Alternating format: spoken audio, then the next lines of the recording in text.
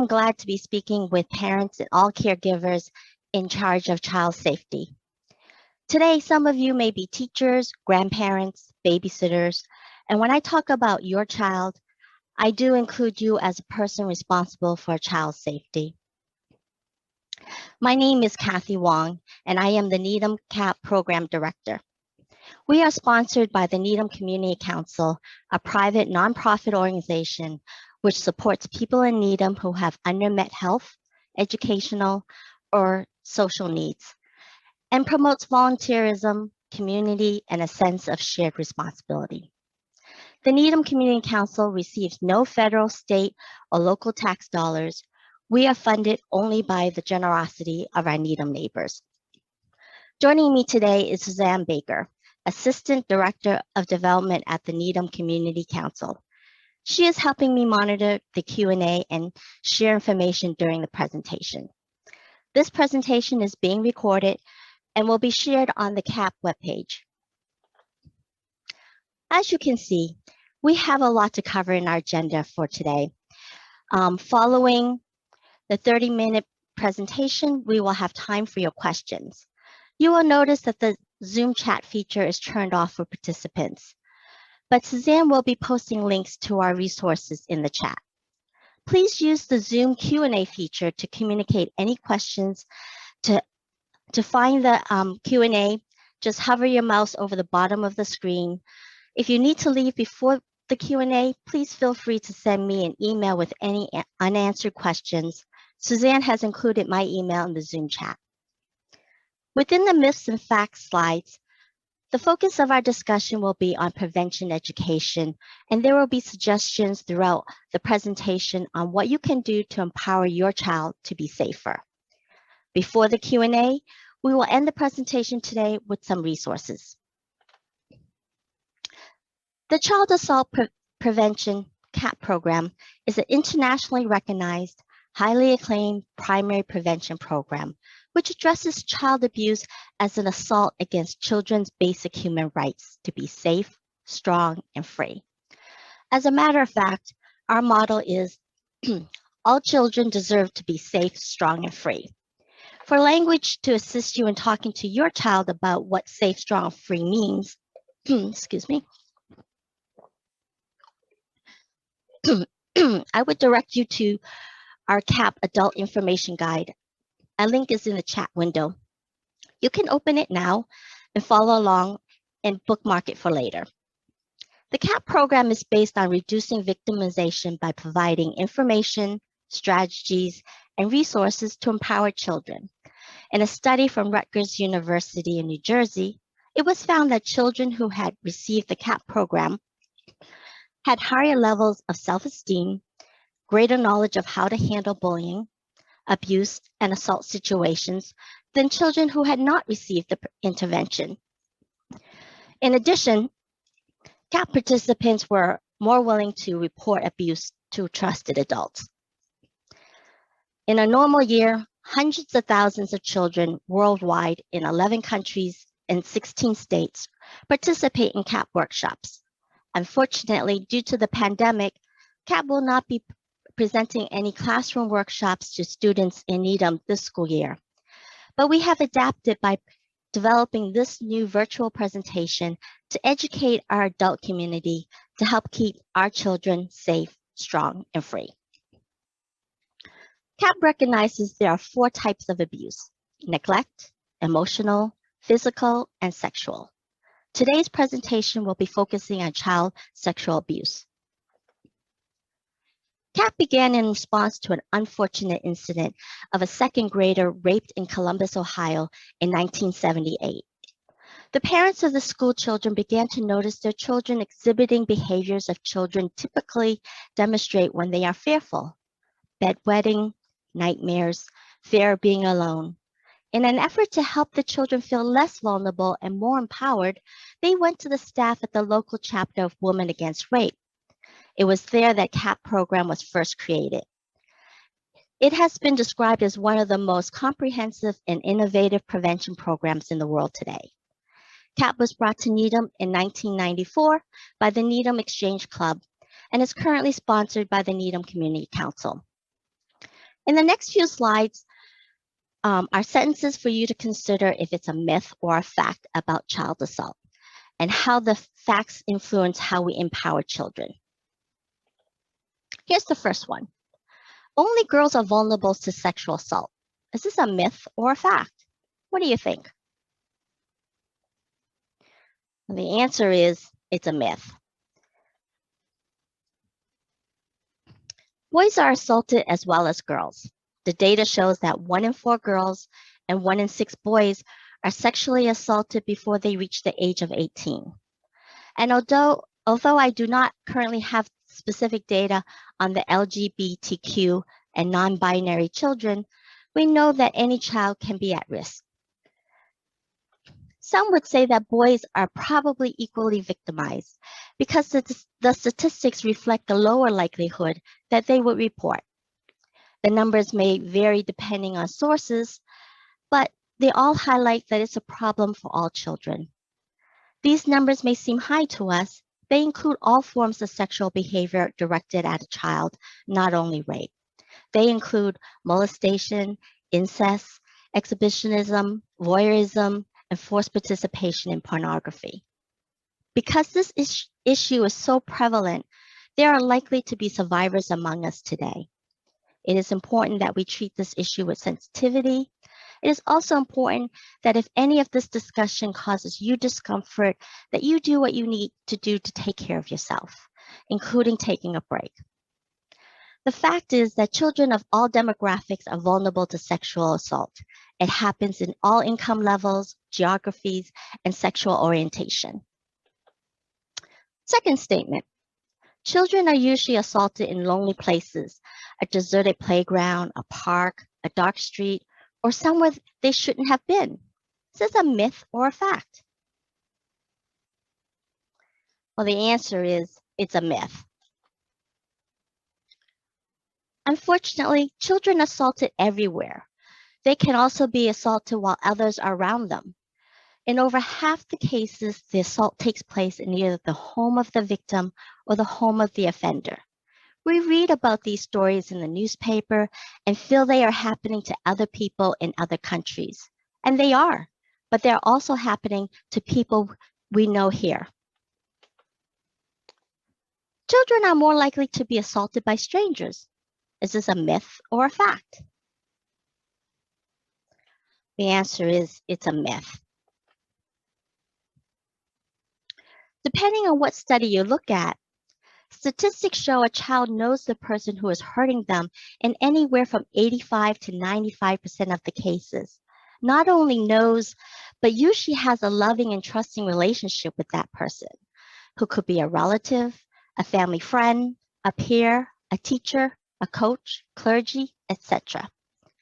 For the 15% of assaults by someone unknown by the child, we not only need to worry about the strangers out in public, but we also need to worry about the ones secretly bonding with our children online through social media, online games, texting, etc. The strategies we will introduce can also be used to keep children safe from online predators. Since children are more likely to be sexually assaulted by someone they know, we should discuss grooming.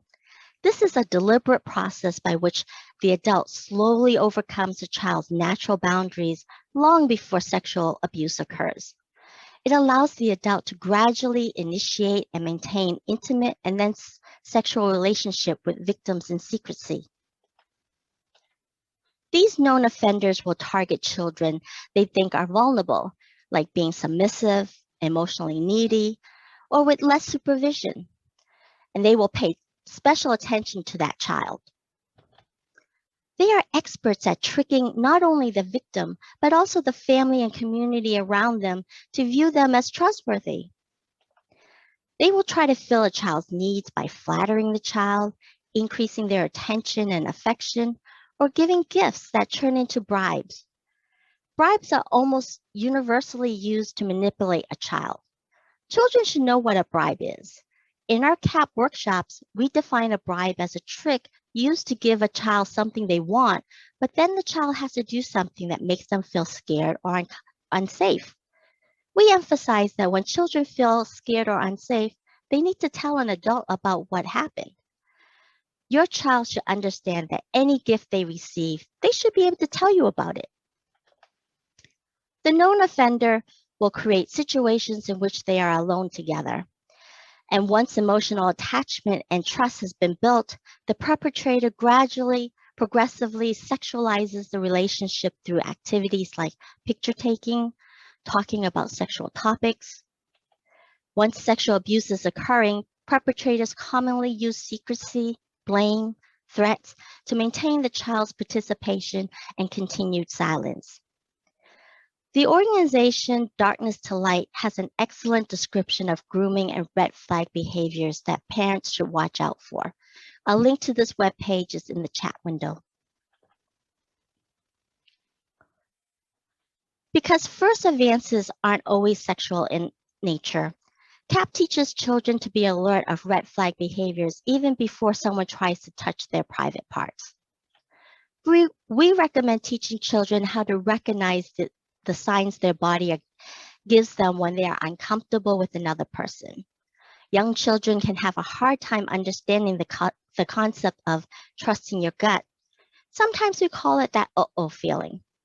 We can introduce that idea and help them make a link between feeling a fast heartbeat, feeling shaky, or sick in the tummy, or wanting to cry with reaction to an uncomfortable or scary situation. Children are not always able to distinguish between well-intentioned affection and the misuse of it that can be the beginnings of sexual abuse. But if parents and caregivers give children permission to trust and act on their own inner feelings, they are actually improving the child's safety in the long run. Allowing them to say no to grandma's hugs after a long visit, or tonight's kiss goodnight from dad, acknowledging their feelings over the adults, give them practice in a safe situation that they can then transfer to potentially unsafe situations. We need to teach children to be assertive about their bodies. Teach your child about personal boundaries and what to do if someone invades that space. Our CAP recommended reading list available on our website suggests age-appropriate books that will help you with these lessons. A link to the list is posted in the chat. In our CAP Children's Workshop, we use role play performed by prevention specialists to demonstrate what an unsafe touch looks like. One capper plays a child, the other plays an uncle who bribes the child into giving him a kiss.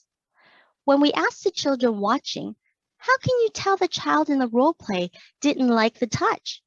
They identify body language. The role player they were trying to move away, their facial expression looks sad, they won't make eye contact, even their voice sounds squeaky or intimidated. Children learn to listen to and act on their gut instincts, on what their gut instincts is telling them. Next, avoidance is the best method to prevent potentially dangerous situations. Is this a myth or a fact? Is the best way to prevent children from drowning is to keep them out of the water? Well, the answer is it's a myth. Isn't the better way to prevent children from drowning is to teach them to swim? If we don't teach a child how to swim and the child has a scary situation and almost drowns, the child feels responsible because they shouldn't have gone near the water. They feel responsible for their own victimization. This is the same as blaming a woman for being raped because of what she wore. Sometimes adults are afraid of frightening or confusing children, and so they limit the information given to them. We need to remember that information about anything makes us less vulnerable and less fearful. Let me give you another example. Many parents and guardians teach children to hold adults' hands and look both ways before crossing the street. Isn't it just as important to talk to your child about unsafe secrets and unsafe touches as it is to teach them how to cross the street? We know this is a much more difficult topic for parents to address, and CAP is here to help you. With positive information and empowering strategies, You can teach your child to face a difficult or uncomfortable and potentially dangerous situation with more confidence. That's what we encourage in our children's workshop. Positive strategies, strategies that encourage strength and non-victimization of children. Children need to be careful, not fearful. Children should never challenge adult authority. This is a myth or a fact. I'll be honest, I have used the phrase, because I said so, especially when my children are asking why do they have to have their hats in the wintertime when we are running late getting out the door to school and I'm stressed about getting into the office in time for a very important meeting. Well, this is a myth. What do you think are the unintended consequences when we teach children to never challenge adult authority? When adults give no explanation, no reasons why, they are setting children up to comply to any demands made of them by a person in authority. Although this may be necessary if a child is in danger of getting hit by a car, it should not be the way a child normally responds to adult requests. We adults don't usually like to hear this, but adult authority is not always absolute or unquestionable. There are times when children's rights or their feelings supersede adult authority. Children need to know how to recognize those times and have the strategies to deal with them. In CAPS workshops, we teach children they have the right to challenge someone who makes them feel unsafe or uncomfortable. You can rest assured we still tell them they need to listen to you when you tell them to eat their veggies or go to bed. You can help your child by helping them understand when they can say no, by understanding the difference between safe and unsafe situations. For instance, games of tickling or roughhousing with dad were great fun for my kids growing up and an important opportunity for affection.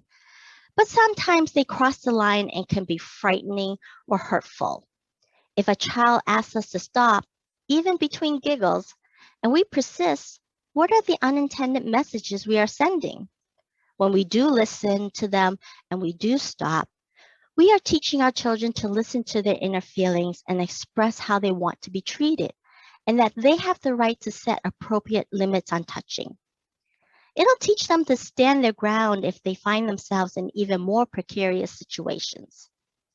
The books shown on this slide are great tools for introducing these conversations with your children and are in the CAP recommended reading list, which is already in the chat window. Signs of sexual abuse are obvious. Is this a myth or a fact? Answer is, it's a myth. If it was obvious, we would not have the statistics and data reported earlier. Some signs of abuse are behavioral and can be tricky to recognize. Changes in your child's behavior may be indicators of abuse, but can also be a sign of stress.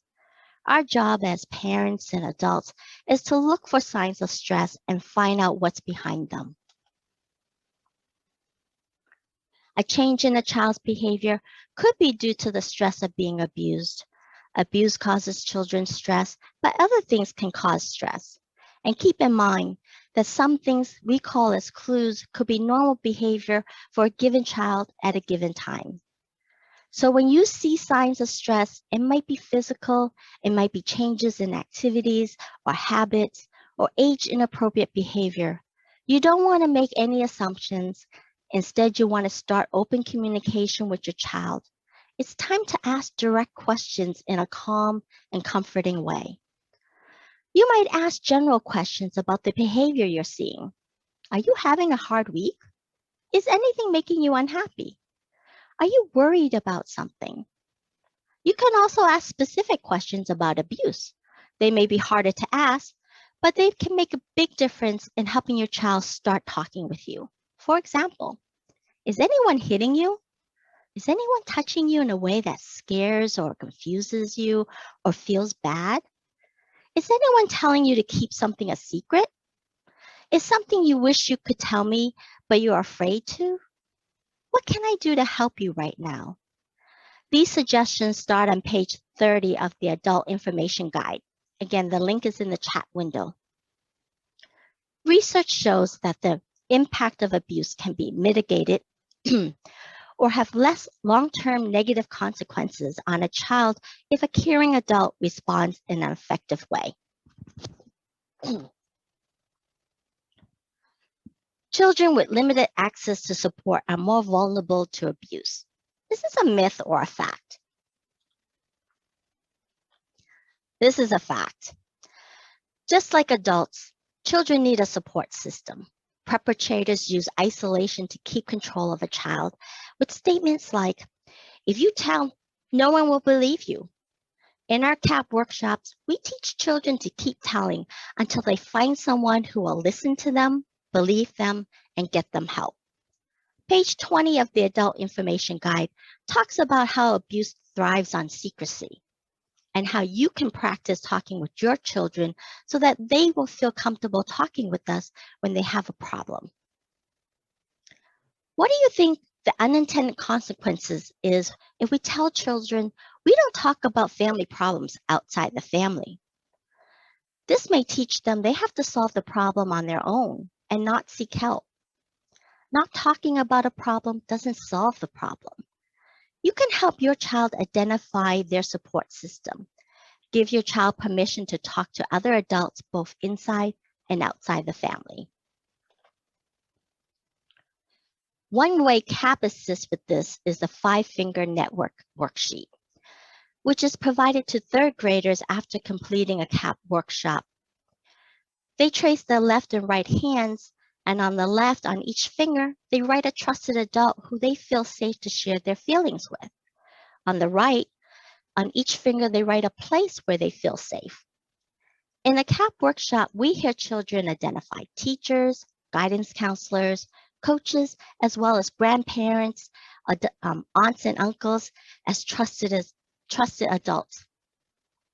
As kids are learning to use virtual meeting tools, keep them in touch with these trusted adults with FaceTime or Zoom meetings. Also, it never hurts to let these trusted adults know that your child may come to them if they ever had a problem. Increased isolation in the time of a pandemic means the children's supports are removed from them. This is also true for us adults. Isolation can increase stress, and we need to remember to tap into our own support network.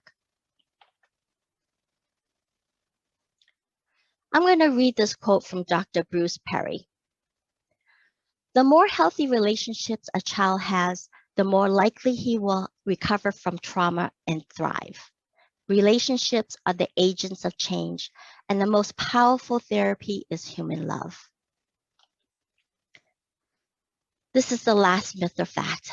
Children often say no one listens to them or believes them. This is a myth or a fact. In our CAP workshops, we ask children, do adults always believe what you say? Do they always listen to you? Well, their answer is a resounding no. Being a good listener is probably the most important thing we can do for our children when they have a problem. It's not always easy. You need to assess a child's safety needs.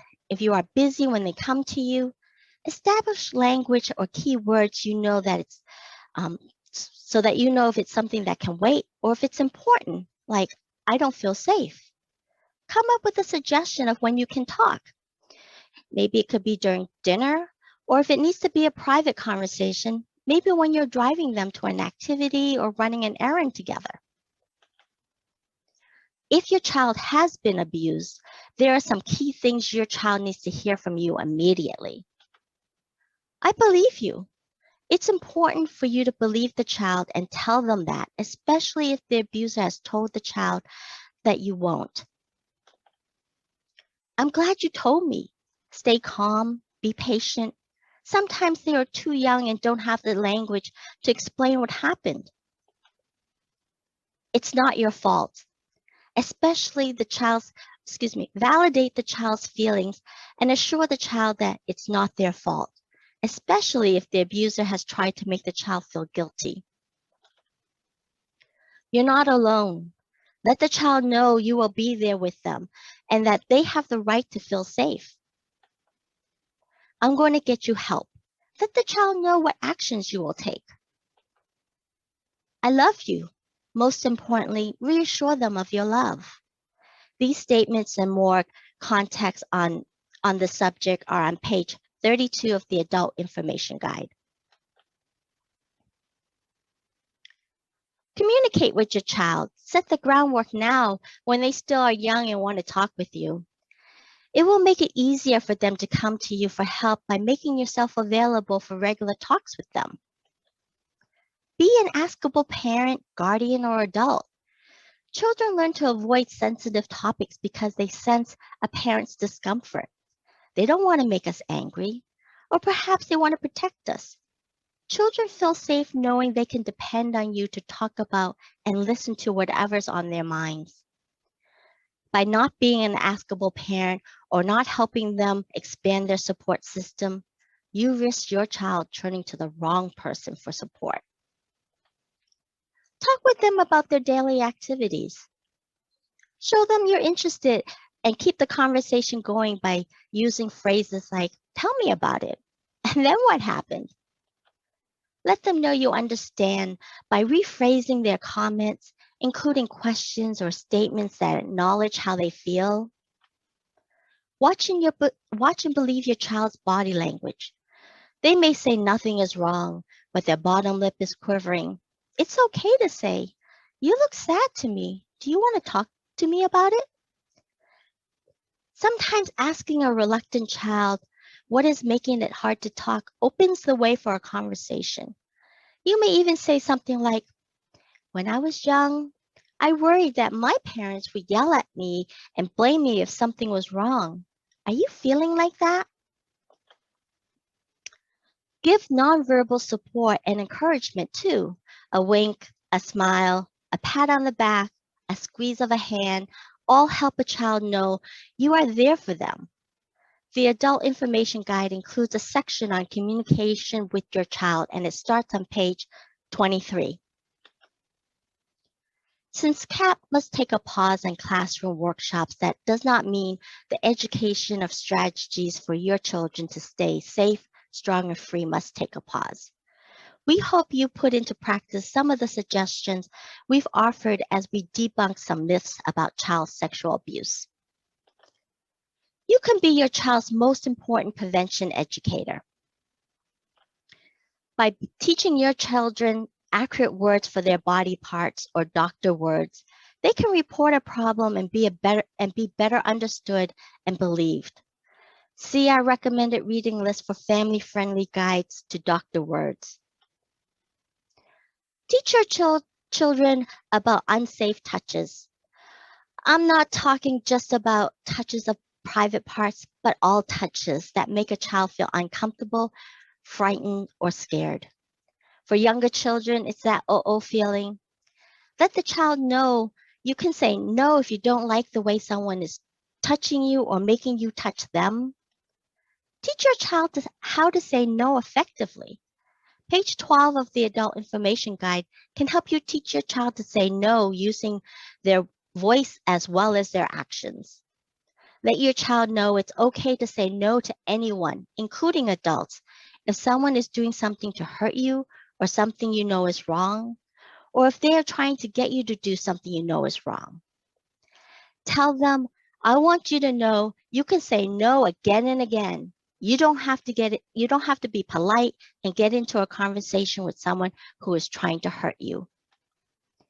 During CAP workshops, we teach children the difference between safe and unsafe secrets. We tell them a safe secret doesn't hurt you or anyone else. Examples of a safe secret is a surprise birthday party or a gift. An unsafe secret makes you feel sad, scared, uncomfortable, frightens you, makes you worry or feel all alone, and you feel you can't get help from someone because you're told not to tell. Children are taught the difference between tattling and telling in school, but it would be good that we use common language to reinforce the difference. We remind children that tattling is just to get someone in trouble, like letting the teacher know if another child is not paying attention in class. Telling is to get help to keep your rights to be safe, strong, and free. When we ask fifth graders, why is it hard to tell? We hear, I'm embarrassed to tell. No one listens. Adults don't always believe what I'm saying. Let your child know you should keep telling until they find someone to listen, believe, and help them. And that it's never too late to tell, but it's best to tell right away so they can get help right away.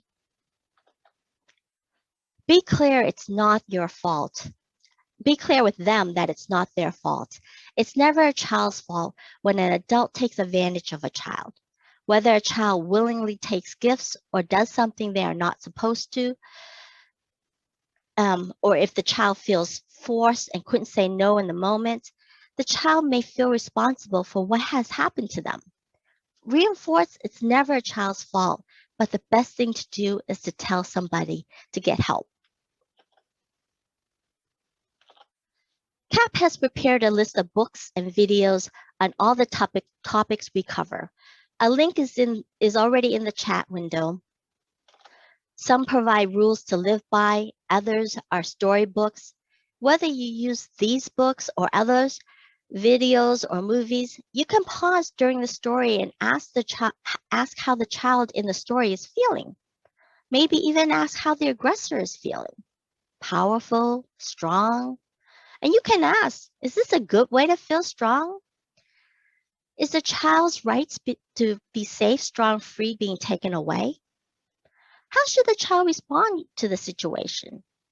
Like in school, you can ask your child to draw a picture and write a sentence showing what they could do about it or say and who could they tell. I'm happy to inform you that in recognition of April is National Child Abuse Prevention Month, the Needham Community Council has donated over 20 books to the Needham Public Library. Many are included in this list. You can also play the what if game anywhere, in the car or while sharing a snack. It's a lot like role playing. You set the scene, and the game is probably more fun if it's not always a safety scenario. But for our purposes, it could be a situation where someone is trying to hurt the child, or you see it happening to someone else. Then get your child involved by asking questions. First, assess the situation. What's going on here? How is the child feeling? How is the grown-up feeling? Is the child keeping their rights to be safe, strong, and free? What would you say? What would you do? Who would you tell to get help? You can find more information about the What If game in the Adult Information Guide starting on page 26. I suggest you read the whole section. It gives 3 different examples of situations you can use. We encourage you to visit the CAP website to access many of the resources we have discussed that can provide you with comforting and empowering language to address such sensitive topics with your child. The link is in the chat, so you can open the web page or bookmark them for later. One thing we haven't talked about is if you have concerns for a child showing signs of stress for any reason. You have people and places to turn to. You should start with your child's school. They have trained resources like the teacher, guidance counselor, social worker, and school psychologist. There are agencies where they can report abuse, organizations that can provide advice and treatment for a child in crisis, and there are organizations that can provide educational services for your parent group. A link to the contact list is in the chat. I'll take your questions now in the Q&A feature. If you need to leave now, I welcome you to email me directly if you have any questions or need the links we provided in the chat window. While you are typing your question, I can address one that was submitted in advance. Let me just get to the question.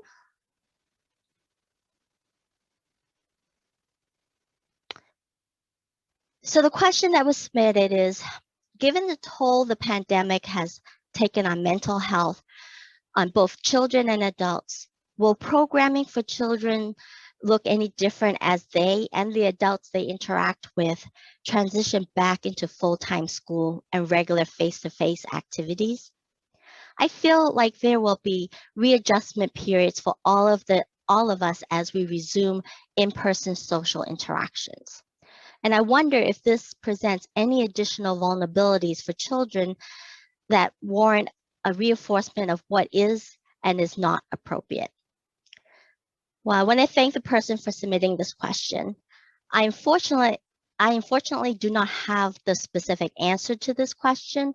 I am in touch with Mary Lammy, the Assistant Superintendent of Social Emotional Learning at the Needham Public Schools. And no, the school district is doing everything they can to support our children and the community. I will bring up your question and along with any other relevant questions that are brought up during the webinar with Mary in my next meeting with her. I do feel grateful for all the activities that the PTCs have been planning and sponsoring, along with the NCE for creating Parent University this past year. All these things to try to address support needs for Needham families due to the changes our children have endured this past year. And look, I don't see any questions. Let me give another minute. If there's no questions, then I am going to thank you all for your time today. And I hope you have a great rest of your day. Thank you. Bye.